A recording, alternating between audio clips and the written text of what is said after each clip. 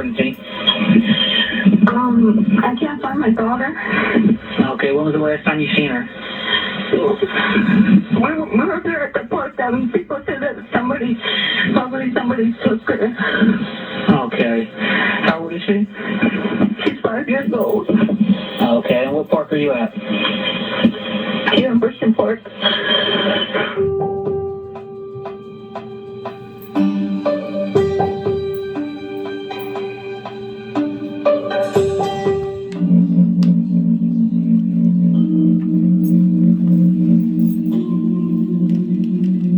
Bridgeton City Park spans 1,100 acres in the northern end of Bridgeton, New Jersey.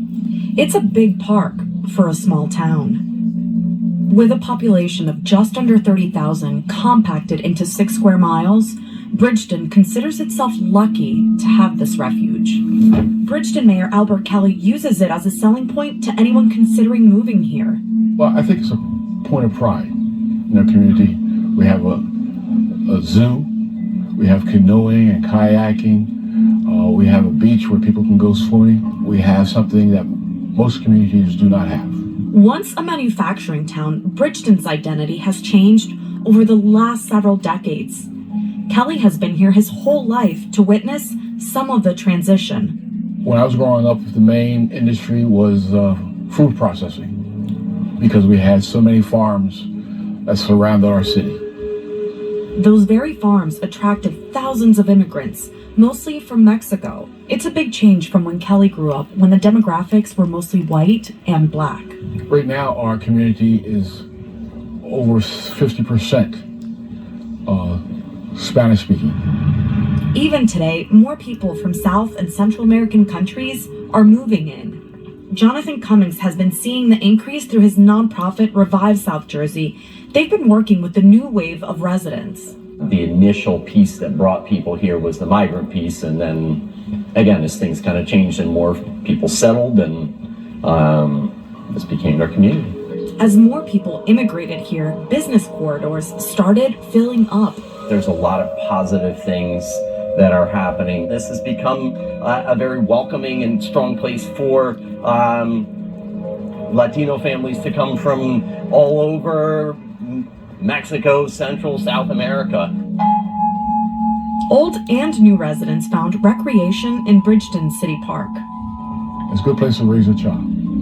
On September 16th, 2019, that sentiment and the town's safety would be called into question. Okay, where at the Bridgeton Park are you?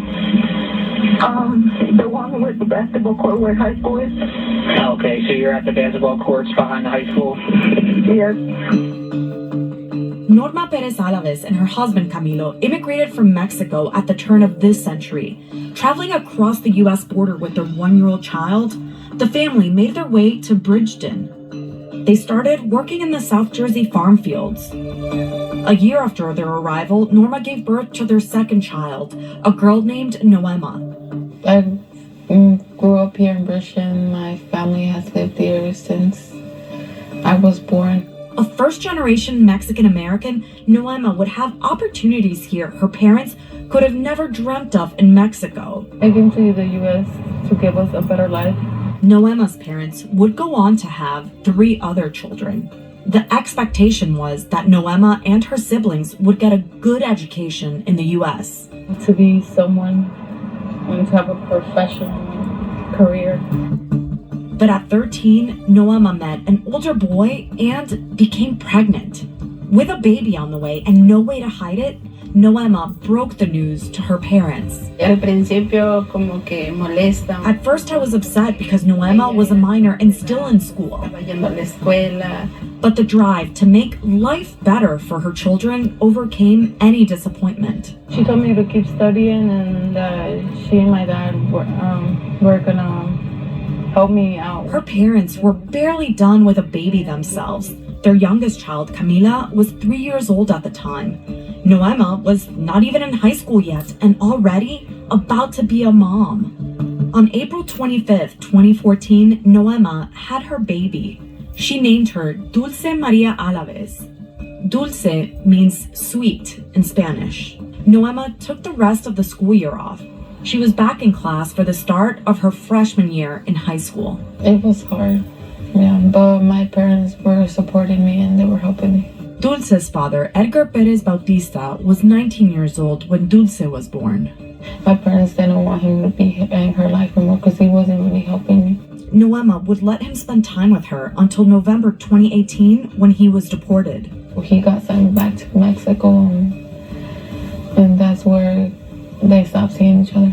Dulce's grandmother quickly fell in love with the girl. My first grandchild made me very happy. I'll never forget that when she was born and watching her grow up. As Dulce grew, she developed a personality.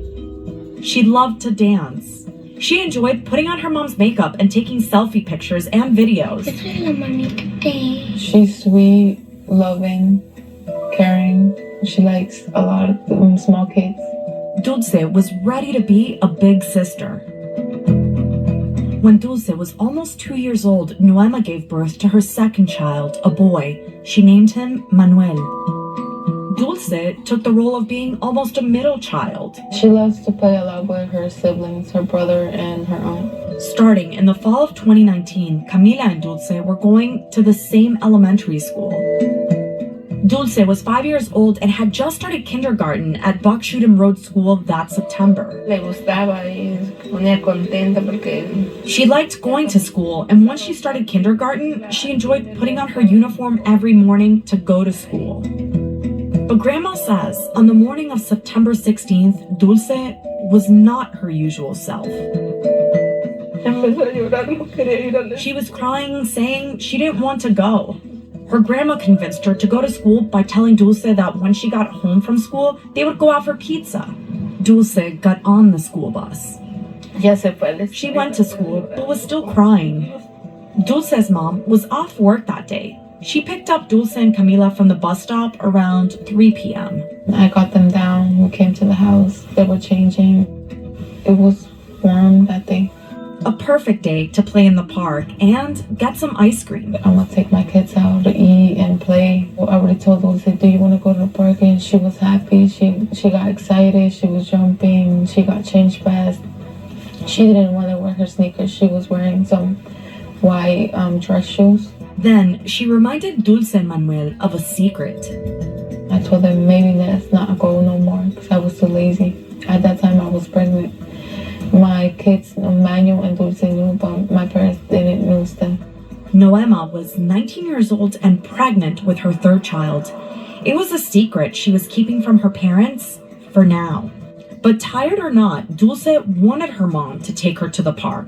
She started crying. She started whining about it. Then since I saw her doing that, I'm like, okay, let's go. Noema and the 3 kids got in the car. And what was she seeing last wearing? She was wearing, give me a second. I don't remember what clothes she was wearing, but she was wearing, I just remember her pants. She was wearing like a flowery pants and some heels, some white heels.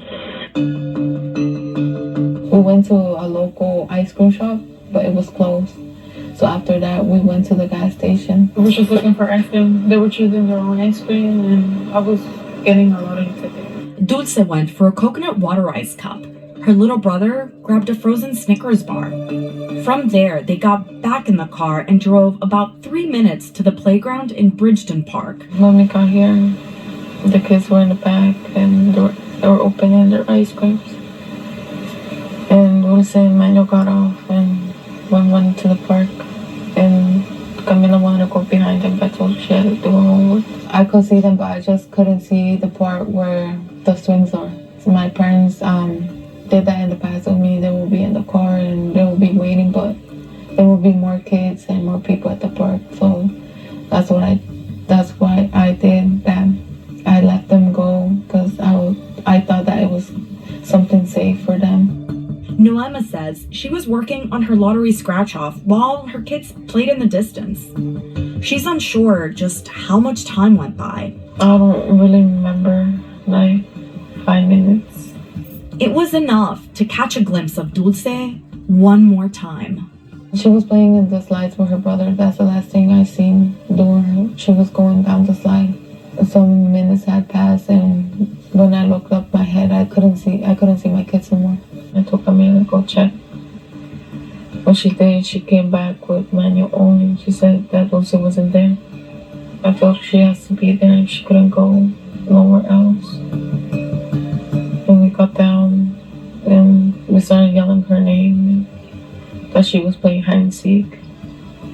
But when I checked, I couldn't find her. Manuel and Camila were with me. Okay. And they were walking with me and trying to look for her. Manuel was the last person to be with Dulce, but there wasn't much he could share about what happened. He couldn't speak. He was nonverbal. All he could do was like do signs. Noema remembers the boy kept pointing to a set of sheds next to the playground, so she walked over there. And once you got to this area, what are you doing here? I was looking for her.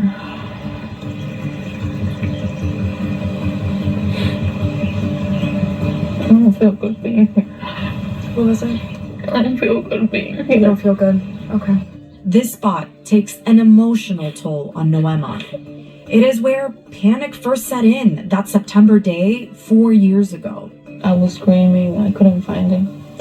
That's where in my mind went, what if somebody had took her or something? Then I was like, no, let me not think negative. Let me find her. And then I was thinking, should I call the cops? And I was thinking in my head, everything was going by fast. I didn't know what to do. She started frantically asking any passerby if they had seen her daughter. I bumped into some people over there, and I showed her a picture, and they told me they didn't see her. Around 40 minutes into the search, Noema recognized someone. There was a girl at the basketball courts. We used to go to school together in elementary school, so I knew her, and I went up to her and asked her, have you seen my daughter? The woman shared a potential clue and a theory. The girl had told me that when my daughter had went running back to the houses, she had seen a black guy like walking by behind it, and she told me she probably he took her. Another girl at the basketball court mentions a Hispanic-looking man. That's where I called the cops. All right. You didn't see anyone else around there that she could possibly have went with?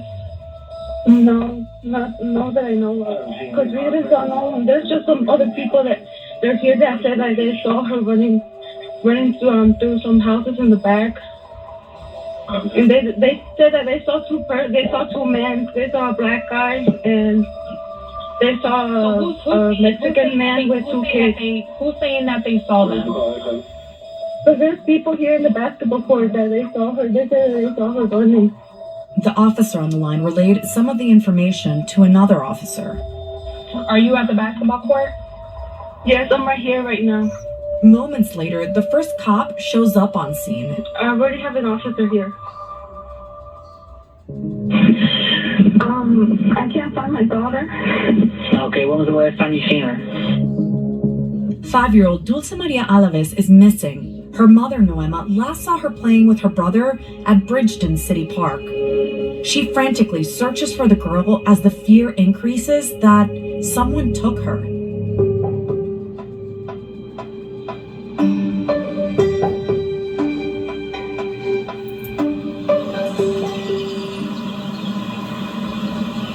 Dulce's mom did what many parents would do. Noema Alavez first searched the immediate area herself before calling for help. When she finally did call for assistance, it wasn't police she dialed. I called my brother first. I called him I told him to come fast to the park with the dog, just in case if there's someone walking with my daughter. Noema says that when she hung up with her little brother, she called 911. By then, at least 40 minutes had gone by since Noema looked up from her lottery scratch-off and noticed she couldn't see her kids. Are you on Mayor Aiken? I already have an officer here. Bridgeton Police Chief Michael Gameri says Noema's delay in calling 911 may have impacted efforts to find her daughter. It hinders our investigation immensely because it widens the gap of where the child or missing person can go. and we lose control over a smaller area that we may have been able to confine had we been notified earlier. Closing off access to the 1,100-acre park would be a challenge, so the responding officer called for backup. They came really fast. According to the chief, his officers shut down the main road that cuts through the park, Mayor Aitken Drive. They also closed streets near the high school, which borders the park. Obviously, it would have been more advantageous had we been notified right off the bat. We could have taken a little more precautions than we did. Regardless, the officers got to work and started searching in the area. It's wide open area where the fields are, but it's also heavy brush and there's wooded area, and then the proximity of the tributary of the Cohansey River runs roughly maybe 100 yards, 75 yards from where the child disappeared. So obviously there was an urgency to locate the child. The trees and shrubs are so thick that the pond that juts from the river is barely visible, a potentially dangerous situation for a 5-year-old child, especially one like Dulce, who did not know how to swim. I started hearing ambulance, fire department, water cops going to the park. It got packed. Noema says her cell phone battery was dying, but she had enough charge to make one more phone call. She tells me Dulce Maria is not here, and I say, don't joke like that. It's not good to joke like that. Noema tells her she's not kidding and hangs up. I grabbed my car and went to the park. When I got there, police were already there. There's no video of police searching during this time because at this point, the police are expecting to find Dulce. They're gonna find her. That she's probably in the woods out there. Chief Gameri was confident too. We initially believed that the child had walked off into that area, and that's the angle we were taking at this point. Remember, Noema says on the 911 call that 2 men may have taken her daughter. They said that they saw two men. They saw a black guy and they saw a Mexican man with. The officers went and talked to witnesses, and attempted to determine who saw the child last, and we took it from there. As the clock ticked and still no Dulce, Bridgeton police called for assistance from other departments. The prosecutor's office, the sheriff's department, state police, any available officers that we could get to that area. We had a window of night that was approaching, so we wanted to get as many people on the ground as possible before night fell. The Cumberland County prosecutor, Jennifer Webb McRae, eventually took the lead in the investigation. Her office runs the county's child abduction response team. Anytime a child under 13 is missing, they would call the CART team. The day Dulce went missing, the team was activated at 5:13 p.m. Its job would be to interview the girl's family and witnesses. Determine enough information to, be able to make some assessments about what's afoot here. The next call for help was to New Jersey State Police. The state police was notified almost immediately of the disappearance of the young child, and our reaction was immediate. State Police Major Thomas Weiserak says troopers from the State Police Bridgeton Barracks arrived at the park within minutes of the call. The state police also activated some of its specialized teams that evening, including its missing persons unit. Different assets available for such a event, to include our missing persons unit, our canine unit, our urban search and rescue unit, our aviation unit, and our marine unit that would handle any water searches. Those teams were traveling from all across the state. Some wouldn't arrive until the next day. The searchers had a big job on their hands given the size of the park. One resource that wasn't used at this point is an Amber Alert. The State Police Missing Persons Unit is the sole authority in the state of New Jersey that could issue an Amber Alert. But police didn't have evidence to suggest Dulce was abducted. No surveillance cameras faced the playground, and the cameras further down the road were limited. There was lapses in some of the video that were motion detected. Still, police needed the public's help in finding Dulce. So before 7 p.m. that evening, Bridgeton police posted on their Facebook page that a juvenile was missing. The post named Dulce, gave her age, and described the clothing she was believed to be wearing. As investigators retraced Dulce and her family's steps that day, they found video of the girl hours earlier. Before the family got to the park, they stopped at this gas station for some ice cream. Police pulled the surveillance video, the last known images of the 5-year-old. She was wearing a yellow shirt, flowery pants, and her white dress sandals. In the video, the kids select their frozen treats from the cooler. And Dulce picks up her brother Manuel as they wait for Noema to pay the cashier. Police updated their Facebook post with the pictures taken from the gas station surveillance. From there, word started spreading in Bridgeton about the missing girl. Ivan Lucero owns a tortilla factory in town. He says, for better or worse, news travels fast in Bridgeton. The angle that goes around, especially in town, everyone knows right away. He recalls learning that night about Dulce's disappearance. Right away on social media. When we heard it, it caught the whole town in shock. Because you don't hear stuff like that, especially in this city. The chatter about Dulce extended outside the city. Jackie Rodriguez lives about 40 minutes from Bridgeton. She remembers sitting at work that night and seeing the videos. People out there searching for her. People were like live on Facebook searching. She thought of her own 3 boys. It was scary because knowing that our kids, they love going to the park. Another person also heard of the news that night. Dulce's father, Edgar Perez Bautista.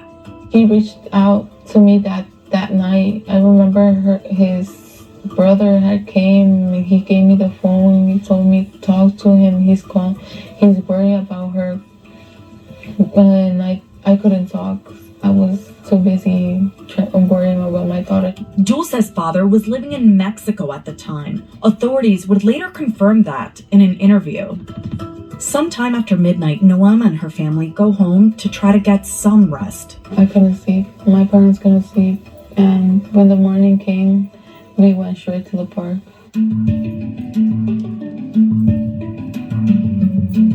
Noema was back at the park by 6 a.m. the next day, still in the same clothes from the day before. I thought she was just playing hide and seek. I thought she was hiding in the woods or something. In the morning when, Dulce hasn't been located, now it's getting very heightened and more and more concerned. Still, there was hope she was in the woods somewhere.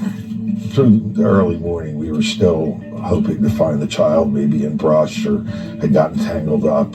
By midday, most of the state police promised resources were on scene, not just manpower. A state police helicopter was getting the bird's eye view of the immense park, hoping to catch a glimpse of any clue. Divers and search boats were in the different bodies of water in the park. Canine units from other jurisdictions had arrived and were searching for Dulce's scent. When a child goes missing like this is an all hands on deck, and every agency and throughout the state wants to give whatever assets we can give to try to aid in the recovery of the child. Dulce's picture and the gas station surveillance picture were being plastered everywhere. Search parties had been organized via Facebook. It said on Facebook that 7 o'clock they were going to be starting, so I said, let me come out and help. Volunteers brought food and water. An ice cream truck was brought in hopes Dulce would come out of the woods after hearing the music. Ivan Lucero was one of the people out there. I went out with my drone to look to see if I find any evidence or anything. He didn't find anything. Nothing. It was the same for police. Officers lined up and conducted a grid search of the area. I'm not going to talk about what was found and whatnot, but nothing that led to the discovery of Dulce at this point. Noema was continuing to speak with officers. She says they told her what the canines discovered. The thing the cops told me was they lost their trace in the street.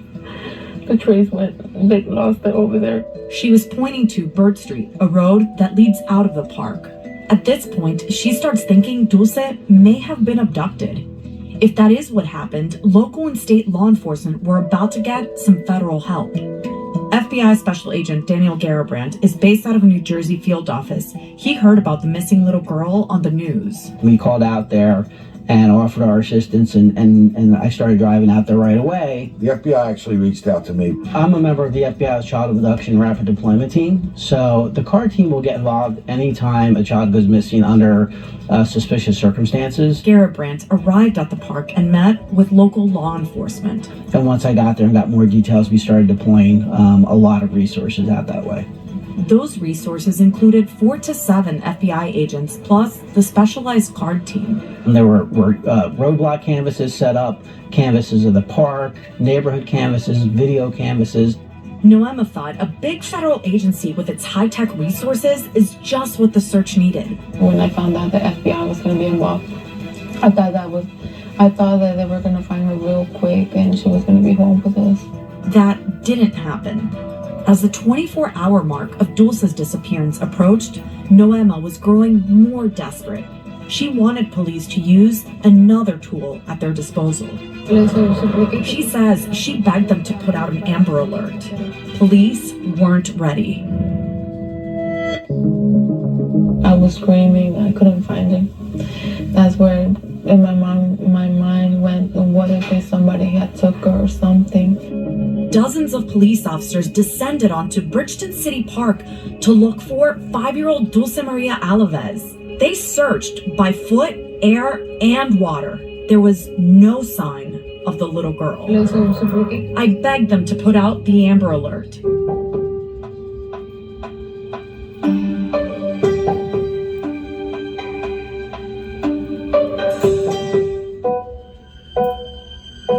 As 24 hours passed since Dulce went missing, multiple agencies kept searching the woods and the waterways, even draining a pond.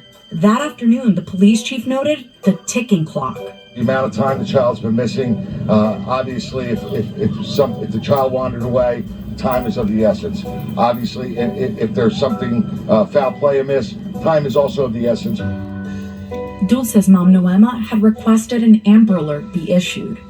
State Police Major Thomas Weiserak says an Amber Alert is not issued for every missing child. There's a clear delineation of what an Amber Alert is and what the certain criteria are. The first is that a child must have been known to be abducted. Second is that the child must be under 18. The third is that there's a reasonable belief that the child is believed to be harmed or fear of death. And then finally, a determination must be made by the investigators that there's enough information to put out to make it effective. The police chief said they weren't there yet. We have nothing solid on any kind of an abduction. Detectives continued speaking with witnesses and reviewing area video, including the last known images of Dulce captured at a gas station. Weiserak says that investigators were vetting that information and pursuing leads. There may have been things investigatively that the investigators at that time felt it wasn't in the best interest to put out that Amber Alert. While police sorted out whatever needed to be sorted out, community members were praying at a nearby church for Dulce's safe return. Other volunteers were continuing to search at night. As they flashed lights into the shrubs and water, New Jersey State Police did what Dulce's mom had been begging them for. At 9:45 p.m., about 29 hours after Noema called 911, New Jersey State Police issued the Amber Alert. Why the delay?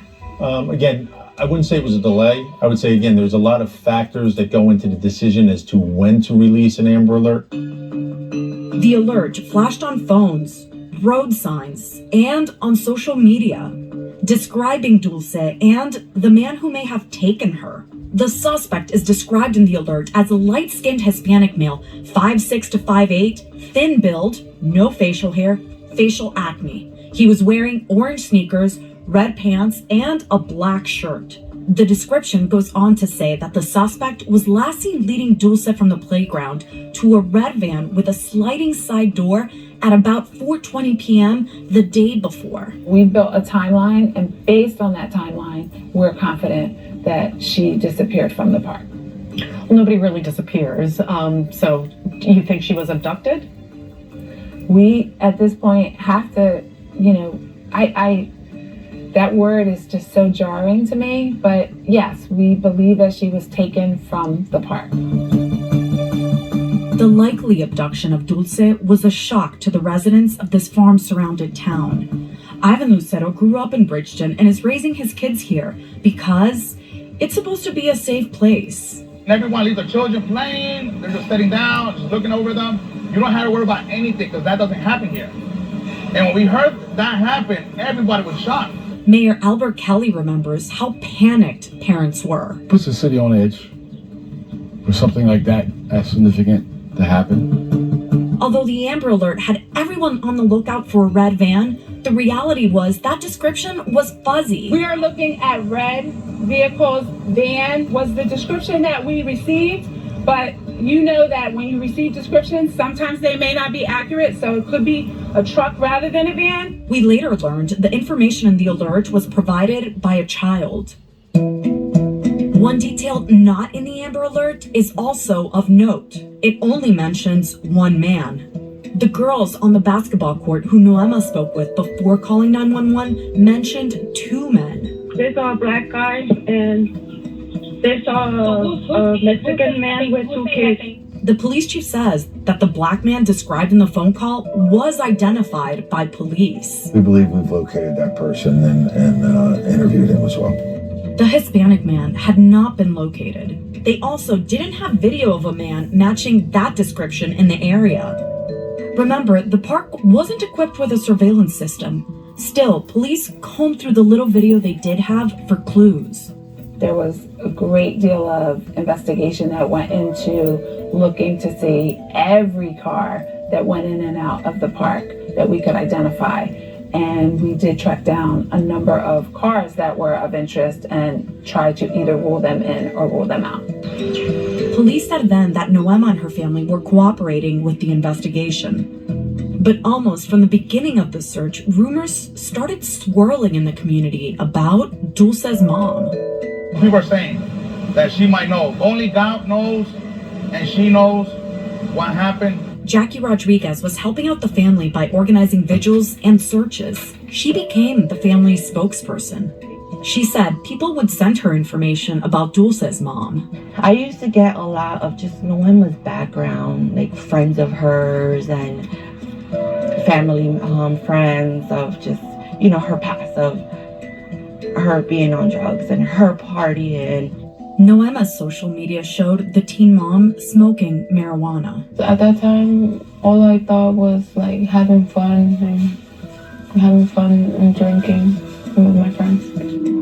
There was some stuff that I couldn't understand, like how to be a mother and things to be like, I had to be responsible.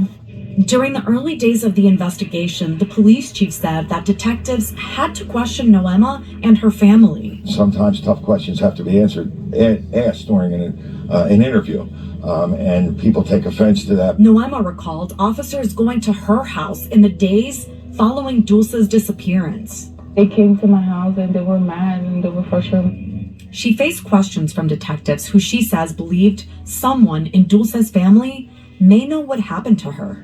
Do you think any family was involved? To be honest, I don't know. I wasn't really so close to my daughter. Dulce may have trusted someone in her family who her mom didn't know. I don't really know half of my family because my family is big. The questioning didn't stop there. Police also asked Noema to take a lie detector test. They just told me that was part of the process. It wasn't just me. It was basically my parents too, my brother, my other sisters. There were simple questions like, did you went with Dulce to the park, that thing, questions like that. Okay. Did they ask you if you had any involvement? Yes, that was one of the questions too. Okay. And what did you say to that? No. Noema has regrets about her role as a mother. I recognize that I wasn't a good mother with Dulce. I used to go out too much with my friends. I didn't spend enough time with her.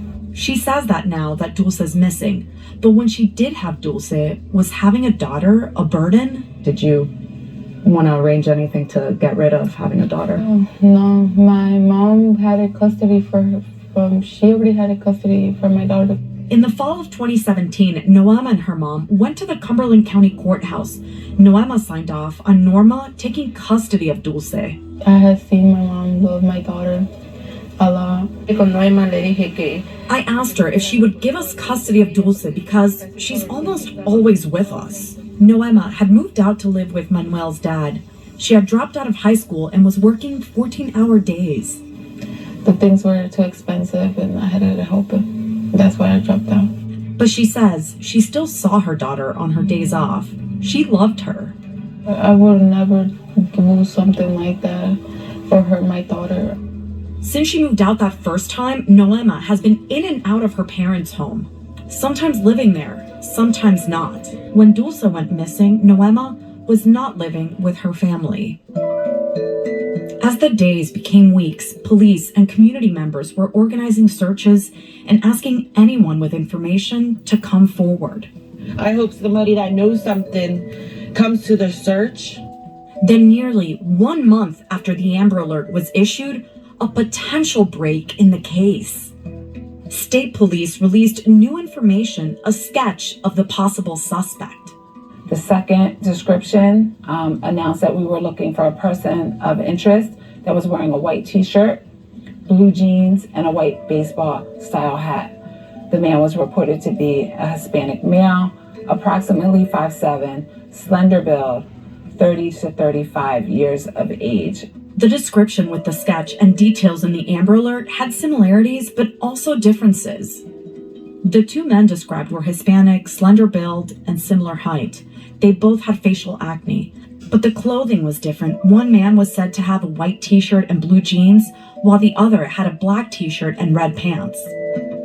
The man in the sketch is also shown to have a white baseball hat. The prosecutor says the sketch was a result of a description given by a witness who came forward weeks after Dulce went missing. That description came from a person who was not a witness of tender years. Someone of tender years is a young child. The post accompanying the sketch also mentions that the man was with 1 or 2 children under the age of 5. 2 people with 2 descriptions were persons of interest that we were looking for based on witness statements. We can't rule it out that it's the same person. While police are searching for other witnesses or clues to Dulce's whereabouts, the FBI sets out to find Dulce's father. We have agents that are in Mexico City that have had contact with him. And we've done a pretty thorough job of maintaining contact with him and some of his family members. I'm very comfortable that they've done a pretty thorough job of vetting out Dad. Was there any chance that he or anybody in his family might have been involved? Yeah, there's no indication of that. What Special Agent Garabrandt did share is that whoever took Dulce likely knew the area. It's a very busy area. There are 2 schools out there. There's a wide variety of ball fields. It was a very high-risk abduction for an offender, and I think that whoever was out there was probably comfortable enough to do what they did, and that generally would indicate they were familiar with the area. We believe that she was taken from the park. About 29 hours after Dulce's mom called police to help find her missing daughter, investigators sent out the SOS. An Amber Alert buzzed on people's phones describing Dulce and the man who may have taken her. Then 1 month later, a sketch of a potential suspect. Whoever was out there was probably comfortable enough to do what they did, and that generally would indicate they were familiar with the area.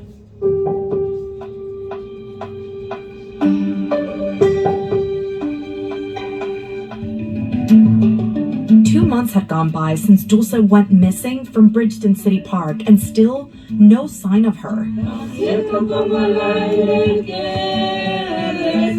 Community members continued to pray for her safe return. We miss her a lot, and we want her back home. The holidays were approaching, one of Dulce's favorite times of the year. I couldn't celebrate no holidays, nothing. Noema didn't want her daughter to be forgotten. So in December, she went on the nationally syndicated show, Dr. Phil.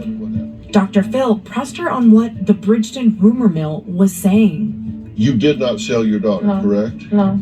You don't know who has her? No. You're not involved in her abduction? No. But even with national attention on the case, police weren't any closer to finding Dulce. law enforcement and area businesses increased the reward for information on Dulce's disappearance to $75,000. They hoped money would incentivize any witnesses to come forward. But during a march to City Hall in January 2020, some said the reward money wasn't working. The money isn't bringing any answers. People are fearful. They said people who may know something might be holding back information because of their immigration status. Mayor Kelly tried to reassure the crowd that anyone with information shouldn't fear police. You're not going to be asked about the documentation. Noema attended the march and City Hall rally to plead for the public's help. She also had a question to ask the mayor directly. What about, are you going to put cameras at the park? Cameras? That is something that we're exploring, finding the dollars, finding the right locations, and working so that this will never happen again. The lack of cameras in the playground area was in part why police still didn't know what happened to Dulce. Unfortunately, there was no surveillance of the park. But just because law enforcement couldn't see what happened to Dulce didn't mean others didn't claim to see or have visions about the missing girl. The psychic told us that she was buried behind the school. That's right, a psychic. Rodriguez says a psychic had been in touch with Dulce's family by phone and told them that Dulce was buried behind the school she attended. This psychic had convinced the family that there might be something there. So, the fact that she went to that school and the fact that the family was very concerned about it, we searched that area. Police used canines to search the school inside and outside. Volunteers also did their own search, using rakes and picks. Rodriguez, who helped organize the search, says everyone was told not to dig holes. They were digging, no one listened. Everybody was waiting to find a dead body that day. Nothing came of either of the searches. Several other psychics also reached out to Dulce's family or Rodriguez, who was the family's spokesperson at the time. She kept a binder of the various letters. They were like, oh, she's here, she's there. Some of the psychic information, and it was substantial, did hinder the investigation early on, and even further along in the investigation. The psychic visions weren't the only detours in the investigation. Part of the process is checking out every tip, no matter how bizarre they seem. We were getting several tips in Ohio that appeared to be very specific, with a great amount of detail. 2 Ohio towns near the Pennsylvania border received letters referencing the Dulce case. According to news reports at the time, a library and a casino racetrack in Austintown, plus an ice cream shop in Wethersfield Township, all received similar-looking handwritten letters that referenced the Bridgeton girl. Those letters led police to use cadaver dogs to search the woods behind the casino and a truck stop in Youngstown, Ohio. There were some searches completed, and the origin of the letters were investigated, and that's part of the investigation, but nothing substantial came out of it. In March 2020, the investigation into Dulce's disappearance was about to be affected by a global pandemic. So was the park's safety. Mayor Albert Kelly said there were plans to put cameras in the park. We're working with the school board on installing cameras throughout the park so that our community can feel safe. But by September 2020, the mayor said, COVID-19 had impacted government functions and funding. Our local school board has lost $5 million. And so that kind of put that idea on hold, but that has not eliminated the idea. At the year mark of Dulce going missing, the police chief lamented that the pandemic delayed some of the investigation. I'm not going to lie, COVID hurt us a little bit just because of the resources that we need to conduct these types of investigation, whether it be court orders or other forms of investigation. That put us a little bit behind. A core group of investigators continued to meet regularly, even during the pandemic. They were continuing to get tips and potential Dulce sightings. Someone saw a child that resembled Dulce, and then we set leads for agents out in that part of the country. They sent us a picture right away, and they let us know, and they tell us if that looks like Dulce, and we look at the picture, and yeah, sometimes they do resemble Dulce, but there's always from the face or the hair that doesn't match, and we said no. We always said no, that's not her. As the months turned into 1 year, the tips and leads seem to dry up. As time goes on, it's much more difficult. The investigation becomes more difficult. The leads and the new things that come in aren't as fresh. People in the community were still speculating the family, not just mom, but also Dulce's dad Edgar, were involved in her disappearance. Cumberland County court records show Edgar was convicted in 2017 of endangering, abusing, and neglecting a minor who was between 13 and 15 years old at the time of the offense. He was deported to Mexico a year and a half later. The FBI interviewed Edgar in Mexico after Dulce went missing. The special agent overseeing the Dulce case says there's no indication that Edgar was involved with her disappearance. On Dulce's 7th birthday, now a year and a half since she went missing, Dulce's father posted to YouTube. It was an old video of him and Dulce. In it, he says he had nothing to do with her disappearance. I don't know where she is. Our efforts to reach Edgar were unsuccessful. By her 7th birthday, Dulce had 2 new sisters, Estrella and Hope, sisters she has yet to meet. Noema is now a mom of 4, with her eldest missing. It is hard for me, but I think about my kids and Dulce, and like, I know she's gonna appear and we're gonna find her someday. So you're still hopeful that she's alive? Yes, and that's why I put with my last daughter Hope, to keep up hope. In September 2021, at the 2-year mark of Dulce's disappearance, the National Center for Missing and Exploited Children would do something to keep up that hope. Colin McNally is one of the center's forensic artists. He created an age progression composite of Dulce at the 2-year mark. We're trying to educate the public on what they might look like. We just start studying all the family reference photos that we had available. So we had multiple siblings to pull from, but then we have a lot of footage of mom in interviews. We have great pictures of mom, not only selfies, but pictures that were taken of her. This was the end result. But that composite didn't go over so well with the girl's family. There was feedback saying that she might have looked a little bit old. It doesn't look nothing like Dulce. Because I know 2 years have been passed, but I don't think her face would have changed that a lot. The next day, the center released another composite that the family was more comfortable with. But even as police are continuing to investigate the case and ordering new composites of Dulce, they were keeping a close eye on Dulce's family. The family has maintained they had no involvement in Dulce's disappearance. In January 2022, Noema answered a knock at her family's door. There was hella detectives outside. I'm like, you guys have to come out the house. And they told us we have to leave all the electronics at home. Noema says detectives from the Cumberland County Prosecutor's Office had a search warrant. She says they took all of the family's cell phones, her laptop, and her mom's new tablet. The prosecutor's office declined to comment on the search. Noema says police have told her she and her family are still considered suspects. Sometimes I think that they're too concentrated in me, and that probably the person that did this is like on top of their nose and they just don't notice. The county prosecutor, who is the lead in the case, says they are looking at all angles. We cannot rule out any possibility until we determine who's responsible for Dulce's disappearance.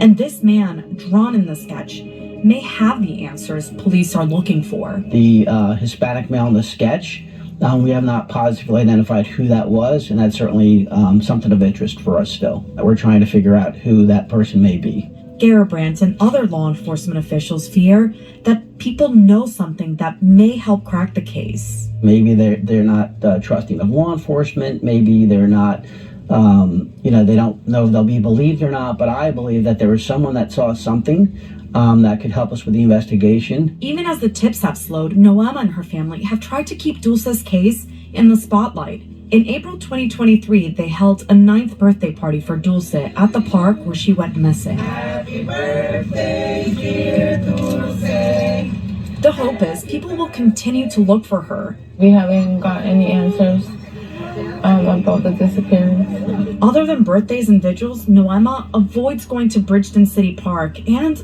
any parks in general. Brings me bad memories and the bad decision I made for letting Dulce go unsupervised in the park.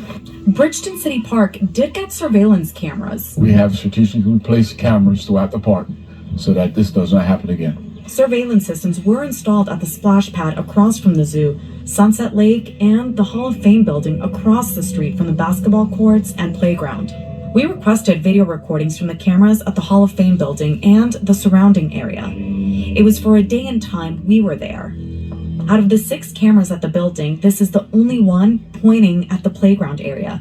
You can't actually see the playground through the trees and basketball court, but it does capture cars driving and parking on the main road. The other cameras on the building seem to focus on the roads as well. The police chief said the city sometimes puts mobile cameras near the playground area. It would be nice if there was cameras over there so people could, not just me, could feel safe. For the 4-year anniversary of Dulce's disappearance, the National Center for Missing and Exploited Children updated her age progression sketch. This is what they believe Dulce would now look like at 9 years old. Bridgeton Police, the county prosecutor, state police, and the FBI all say they have investigators still assigned to looking into Dulce's case. It impacts our sense of safety and security when one of our babies goes missing. We don't know at this point exactly what happened in the park that day. And so all possibilities are open. We may just need that one little push from somebody who may know somebody, or somebody who's just willing to pick up the phone. It's also highly probable that we may have had contact with this person already, and we just don't realize the connection to the abduction. Dulce's mom is holding on to hope that somebody did see something at the park that September day in 2019. She has a message for them. For the people that know something, to talk, to speak up, so my daughter could come home. Home to Bridgeton, a community stained by the disappearance of Dulce and left with unanswered questions. Somebody knows something. She just didn't vanish in thin air.